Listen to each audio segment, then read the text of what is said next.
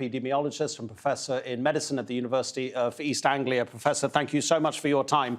We're back here to travel restrictions increasingly. In fact, there are now, I believe, 16 countries in total that have some sort of restrictions on people travelling to their territories from the UK.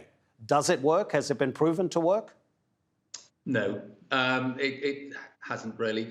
We've known for many years that travel restrictions, border restrictions don't really stop the spread of infectious diseases. They delay it sometimes, but once you've got the infection spreading within your own country, the value of border controls becomes pretty minor. And I think we can see clearly that France at least has already got its own problem with Omicron. So I can't see that having much of an impact on the French epidemic.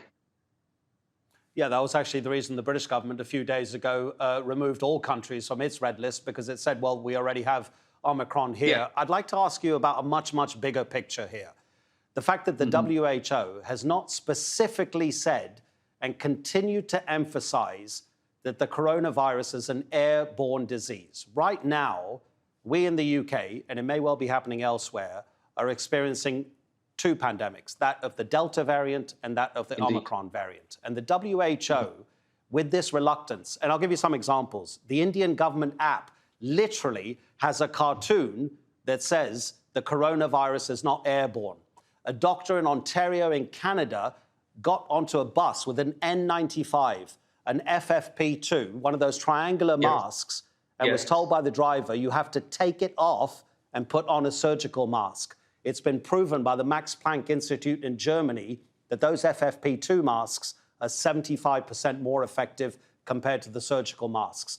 What's the WHO going on about here with this reluctance? Well, I think the N95 mask is a bit more difficult than you've presented there. Yes, they can have more effect in certain circumstances, but only if they're worn correctly. In the UK, when we ask our healthcare workers to wear N95 masks, we actually check that these fit properly and that they know how to wear them.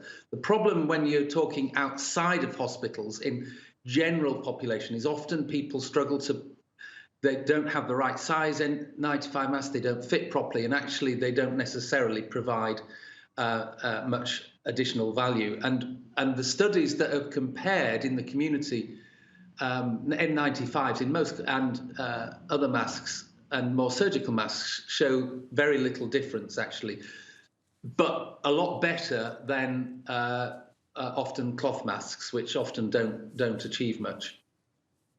OK, but could you address the issue of about the airborne element of the coronavirus? I mean, are you yourself convinced that it's pretty much exclusively airborne and that actually touching doesn't really transmit the disease, not nearly anyway, as much as airborne?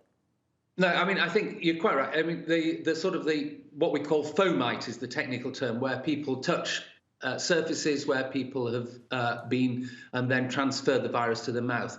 It is theoretically possible that happens, but it's been difficult to prove it.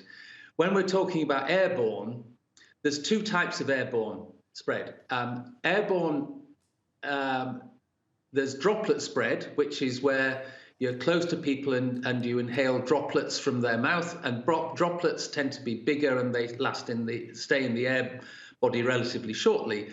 And there's the longer term airborne spread where the virus remains in smaller particles and stays in the air often for quite some time.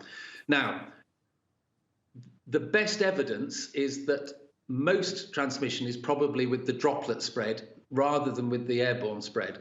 And there is a huge debate that still hasn't been resolved between scientists about whether airborne spread with the smaller droplets is more important than droplet spread or vice versa. I personally believe droplet spread is more important than aerosol airborne spread, and because it's a bigger dose. And ultimately, the size of the dose impacts on how sick you get. So the WHO's official stand is that airborne spread probably does happen, but it's difficult to be sure that is actually more important than droplet spread. And when you look at unbiased reviews of the literature, it is still probably that droplet spread is the more important transmission. But there are a lot of people who disagree with that. Professor, we're actually out of time, so I'll ask you to be really, really, really quick here. Basically, will wearing a mask save lives? Yeah, wearing a mask will reduce transmission. Our best guess at about somewhere between 10 and 20%. It won't stop transmission, but it will reduce the risk. So at a time when cases are increasing, it is sensible to wear masks when you're in crowded indoor environments. Thank you so much indeed, Professor Paul Hunter in the UK.